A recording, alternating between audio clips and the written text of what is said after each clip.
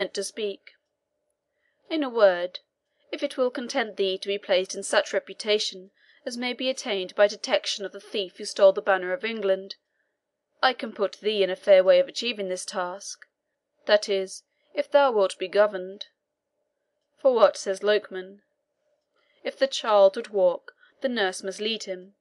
If the ignorant would understand, the wise must instruct.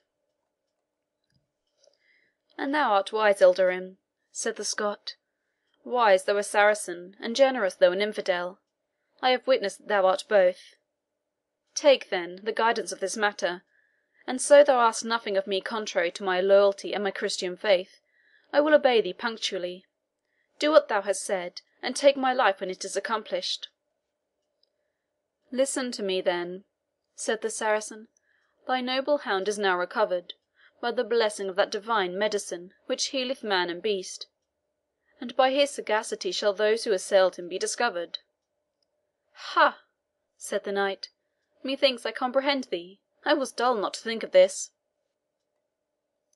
But tell me, added the Emir, hast thou any followers or retainers in the camp by whom the animal may be known? I dismissed, said Sir Kenneth, my old attendant, thy patient, with a valet that waited on him, at the time when I expected to suffer death, giving him letters from my friends in Scotland. There are none other to whom this dog is familiar, but then my own person is well known.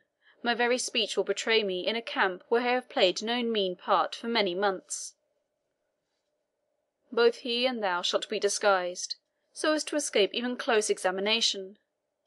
I tell thee, said the Saracen, that not thy brother in arms, not thy brother in blood, shall discover thee, if thou be guided by my counsels.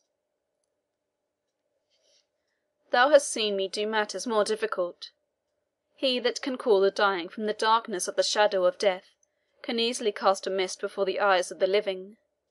But mark me, there is still the condition annexed to this service, that thou deliver a letter of Saladin to the niece of the Melech Ric, whose name is as difficult to our Eastern tongue and lips as her beauty is delightful to our eyes.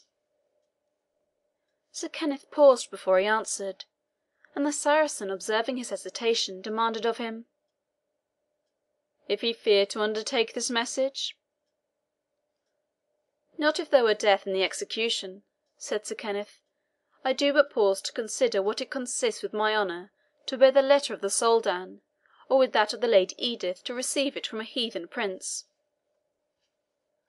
By the head of Mohammed, and by the honour of a soldier, by the tomb at Mecca, and by the soul of my father, said the Emir, I swear to thee that the letter is written in all honour and respect.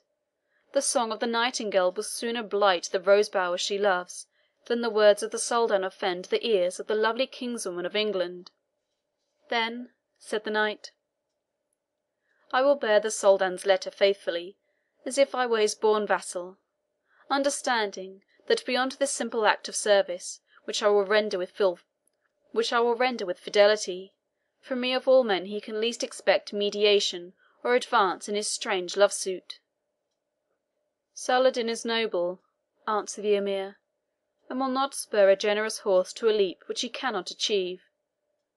Come with me to my tent, he added, and thou shalt be presently equipped with a disguise as unsearchable as midnight, so thou mayest walk the camp of the Nazarenes, as if thou hadst on thy finger the signet of Giugai.